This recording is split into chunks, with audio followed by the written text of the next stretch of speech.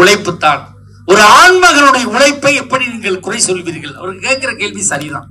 அவர் சொன்னாரே, பேராசிரியர் அபு பேசும்போது, ஒரு ஆட்டோக்காரனுடைய மகள் அவனுடைய வேதனையை புரிந்து கொண்டு முதல் மதிப்பெண் எடுத்திருக்கிறார்.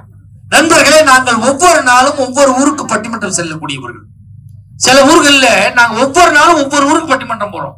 நைட்டு 1 மணி 2 மணி 3 மணிக்கு ஒவ்வொரு பஸ் ஸ்டாண்ட்ல போய் இறங்குவோம். இறங்கின உடனே அங்க 10 ஆட்டோக்காரன் நிற்பாங்க.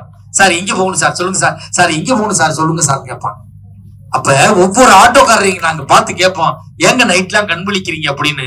என் பிள்ளைகள் உயர வேண்டும் என்றால் நான் கண் விழித்து என் தூக்கத்தை இழந்தாக வேண்டும் என்று எத்தனையோ ஆண்மகன்கள் உழைத்துக் கொண்டிருக்கிறார். முடிச்சிருக்கேன், அவ்வளவு 5 நிமிஷத்துல முடிச்சிருவேன். ஒன்னா போங்க, இடையில போகாதீங்க, சிக்கல் வரும் சொல்லிட்டு. ஒண்ணு இல்ல சார், நம்ம திருப்பூர் மாவட்டத்துல ஒரு 3 மாதத்துக்கு முன்பு ஒரு school van driver, private school van driver 36 பிள்ளைகளை, பச்சிளம் குழந்தைகளை, சின்ன குழந்தைகளை ஏற்றிக்கொண்டு அந்த வாகனம் சென்று கொண்டு இருக்கிறது. நடு ரோட்ல போகும்போது அதை ஓட்டி செல்கிற அந்த ஓட்டுநருக்கு நெஞ்சு வலி வந்துருச்சு, ஹார்ட் அட்டாக் வந்துருச்சு.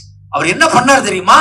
நெஞ்சு வலி வந்தாலும் அந்த நெஞ்சு வலியை பொறுத்து கொண்டு தாங்கிக் கொண்டு அந்த பிள்ளைகள் உள்ளே இருக்கிறார்களே, 36 பிள்ளைகள் தன் பேர பிள்ளைகள் போல் கொஞ்சம் விளையாடி கொண்டு வருகிறார்களே, அவருடைய மழலை சிரிப்பு இருக்கிறது என்று தன் இன்ன ஓட்டத்திலே ஓட்டிக்கொண்டு அந்த வாகனத்தை சாலையை விட்டு ஓரம் கட்டி ஓரமாக நிறுத்தி அந்த ஓட்டுநர் அந்த ஸ்டேரிங்ல அப்படி தலைய வச்சு படுத்தவர் தொட்டு பார்க்கிறாங்க, இறந்து விடுகிறார்.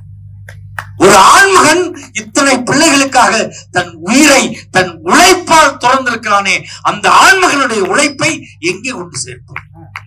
நண்பர்களே, ஒரு 6 மாதத்திற்கு முன்பு திருச்சியிலே ஒரு விமானம் 196 பயணிகளை ஏற்றுக்கொண்டு 196 பயணிகளும் ராமநாதபுரம் சிவகங்கை மாவட்டத்தை சேர்ந்தவர்கள்.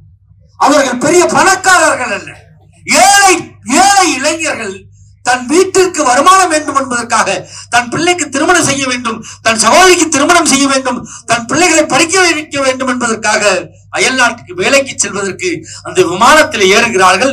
விமானம் டேக்கப் ஆகி மேலே ஏறிச்சு. விமானம் ஏறின உடனே கீழே இருந்து ஒரு அழைப்பு வருது, உங்க விமானத்தை திருப்பி தரை இறக்க முடியாது, ஏன்னா அதுல இருக்கக்கூடிய அந்த வீல் அப்படியே மேலே ஏறாம அப்படியே இருக்கு. இது போய்கிட்டே இருந்துச்சுன்னா இந்த வீல் சுத்தி தீப்பிடிச்சு இடையில வெடிச்சிடும். அப்ப விமானி கேட்கிறாரு, இப்ப நாங்க என்ன பண்ணணும் அப்படின்னு. இப்ப உடனே நீங்க தரை இறக்குனீங்கன்னா விமானத்தை ஃபுல்லா ஃபியூவல் இருக்கு, பெட்ரோல் ஃபுல்லா நிரப்பி இருக்கீங்க, இப்பவும் தீப்பிடிக்கும். அப்ப நாங்க என்னதான் செய்யறது? நீங்க திருச்சியவே அந்த பெட்ரோல் தீர்ற வரைக்கும் பிளைட்டை ரவுண்ட் அடிச்சுக்கிட்டே இருங்க அப்படின்னு சொல்றாங்க. இந்த விமானியும் தன் உயிரை துச்சம் என மதித்து அவர் நினைத்திருந்தால் விமானிக்கு அந்த பைலட்டுக்கு மேலே இருந்து குதிப்பதற்கு பாராசூட் கொடுக்கப்பட்டிருக்கும். அதை வைத்து அவர் தப்பித்துக் கொள்ளலாம். அதை நினைக்கவில்லை. இங்கே 196 இளைஞர்கள் தன் குடும்பத்திற்காக தன் குடும்பத்தை விட்டு இங்கே மேலே ஆகாயத்தில் இருக்கிறார்களே, அவர்களுடைய குடும்பத்தை நினைத்து பார்த்து தன் உயிரை துச்சம் மதித்து அந்த திருச்சியையே சுற்றாக சுற்றி அந்த பெட்ரோல் தீர்கின்ற பொழுது, அந்த பெட்ரோல் முடிகின்ற பொழுது அவர் தரை இறக்கி தன் உயிரை விட தன்னால் இருக்கக்கூடியவர்கள் பிழைக்க வேண்டும் என்று ஒரு ஆண்மகன் உழைத்திருக்கிறார். அவருடைய உழைப்பை எப்படி நீங்கள் குறை சொல்ல? இப்படி ஒவ்வொரு இடத்திலும் ஆண்மகன்கள் உழைத்துக் கொண்டே இருக்கிறார். நல்லா யோசிச்சு பாருங்க. உண்மையிலே உழைக்கக்கூடியவர்கள் ஆண்மகன்கள் என்ற காரணத்தால் குடும்பத்தின் மகிழ்ச்சிக்கு ஆண்களின் உழைப்பு என்று நான் தீர்ப்பு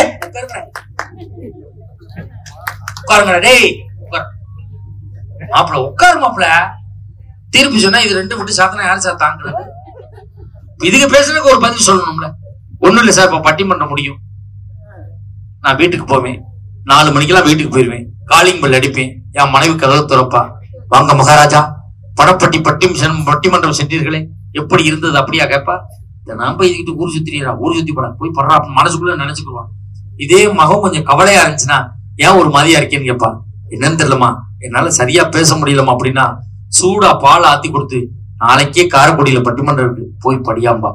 வாழ்க்கையில் நான் தோற்று போகின்ற பொழுது என்னை தேற்றுவது என் மனைவி என்கிற ஒரு பெண்ணினுடைய பொறுப்பு. சார், நம்ம தொழில் பண்றோம், வியாபாரம் பண்றோம், நஷ்டம் ஆயிடுறோம், நொடிச்சிடுறோம், எல்லாத்தையும் இழந்துடுறோம், வீட்டுல வீட்டுல போய் தனிமரமா நிக்கும் போது நம்மளோட சேர்ந்து ஊர் சுத்தணும் நம்ம வீட்டுக்கு வருவானா? நம்மளோட சேர்ந்து தண்ணி அடிச்சவன் நம்ம வீட்டுக்கு வருவானா? நம்மகிட்ட வாங்கி சாப்பிட்டவன் நம்ம வீட்டுக்கு வருவானா? போய் தனிமரமா நிக்கும் போது இந்த பெத்த தாய் ஒடியாந்து கேட்பான், ஏன்டா ஒரு மாதிரியா இருக்க? ஏன்டா? அவன் சொல்லுவான், அம்மா நான் எல்லாத்தையும் தொழில நஷ்டமாக்கிட்டேனே, என் பிள்ளைகளை படிக்க வச்சு எப்படிமா நான் கல்யாணம் பண்ணி கொடுக்க போறேன் அப்படின்னு அழுகும் போது அந்த பெத்த தாய் தன் கையில கழுத்துல கிடக்கிறத கரட்டி கொடுத்து தான் சிறுவாட்டு பணத்தை கொடுத்து இதை பத்தி ஏதாவது தொழில் செஞ்சு பொழைச்சுக்கடான்னு சொல்லக்கூடியதான் ஒரு தாயினுடைய பொறுப்பு.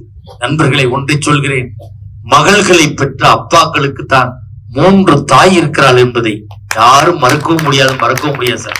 நான் வீட்டுல போய் அம்மா தலைவலினா எங்க அம்மா ஒரு மாத்திரை கொடுத்து போட்டுக்கிட்டு படுறாம்பாங்க. அம்மா தலைவலினா என் மனைவி ஒரு தைலத்தை கொடுத்து தேய்ச்சிட்டு படுங்கம்பாங்க.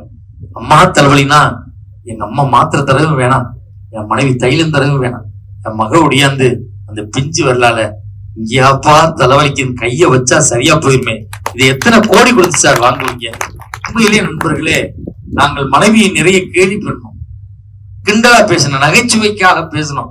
ஆனால் அவங்க முடிக்கும் போது சொன்னாங்களே, ஒரு மனைவியினுடைய பொறுப்பை யாரிடம் கேட்க வேண்டும் தெரியுமா? தன் வயதான காலத்திலே தன் மனைவியை இழந்து விட்டு தெரியுமா பாருங்க, தன் மனைவியை இழந்து விட்டு ஒருவேளை சோற்றுக்காக ஒவ்வொரு மகன் வீடாக ஐயிறானே, அந்த தகப்பனை கேட்டு பாருங்கள், ஒரு மனைவியினுடைய பொறுப்பான பாசம் என்னவென்பது தெரியும். சார் பெண்கள் இப்ப கொரோனா டயத்துல எல்லா தொழில் ஸ்தாபனத்தையும் முடிச்சாங்க, தொழில் ஸ்தாபனத்தையும் மூடிட்டாங்க. கடை இல்ல, லாரி ஓடல, பஸ் ஓடல, பெட்ரோல் பங்கு இல்ல, ஏன் கோயில்களுக்கு கூட பூட்டு போட்டு விட்டார்கள், எல்லாம் மூடி இருந்தாங்க. மூடப்படாத ஒரே இடம் பெண்களுடைய சமையலறை என்பதை யாரும் மறுக்க முடியாது. இப்ப அவங்களுக்கு அதை தடை போடாது சார். நம்ம ஆண்கள் வெளியில போறோம் வர்றோம், 4 பேரை பாக்குறோம், 4 பேர்கிட்ட பேசுறோம், நம்ம மனக்கவலைகளை தீர்த்துக்கிறோம். கஷ்டமா இருந்தா ஒரு சிகரெட் குடிக்கிறான், ஏதோ ஒண்ணு சாப்பிடுறான், 4 பேர்கிட்ட மாப்பிள்ள வா மாப்பிள்ள மச்சான்றான். ஆனா அந்த பெண் இந்த வீட்டுல புழுங்கி புழுங்கி இந்த குடும்பத்திலே இருக்கிறாளே, அவளை எப்படி நம்ம பொறுப்பு இல்லாதவர்கள் என்று சொல்ல முடியும்? சார் ஒண்ணு தெரிஞ்சுக்கங்க, நம்ம வேணா மனைவியை கேலி பண்ணலாம், கிண்டல் பண்ணலாம். நான் நகைச்சுவைக்கு பேசினேன், இவர் நகைச்சுவைக்கு பேசினார், சிரிக்கலாம். யாராவது ஒரு ஆண்மகன் தன் மனைவிய இன்னொருத்தன் கேலி பண்ணா எவனாவது விட்டு கொடுப்பானா சார்? யாராவது விட்டு கொடுக்க முடியுமா?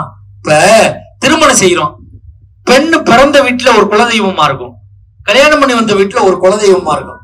அவ கல்யாணம் பண்ணி வந்த உடனே அந்த குலதெய்வத்தை விட்டுட்டு நம் குலதெய்வத்தை வேண்டி நம் குலத்தை வாழ வைக்கிறாளே, அந்த பெண்ணுக்கு எப்படி பொறுப்பு இல்லை என்று சொல்ல முடியும்? சார் நம்ம ஒரு செடியை முடிச்சிடறேன், நம்ம ஒரு செடியை ஒரு இடத்துல இருந்து இன்னொரு இடத்துல நட்டு வைக்கும் போது அந்த தாய் மண்ணை கொஞ்சம் எடுத்து கொண்டு அதோட சேர்த்து வச்சாதான் அந்த செடி நல்லா வளரும்.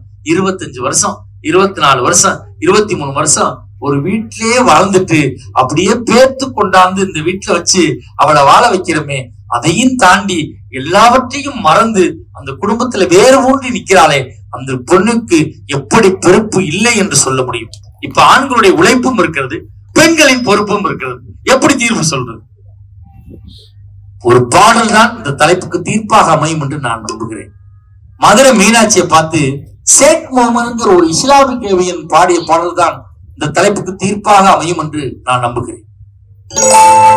ஆண்டவனை காதலிச்சா பாண்டி நாட்டு மீனாட்சி, காதலிச்சு மணந்ததுக்கு மதுரை கோவில் சாட்சி.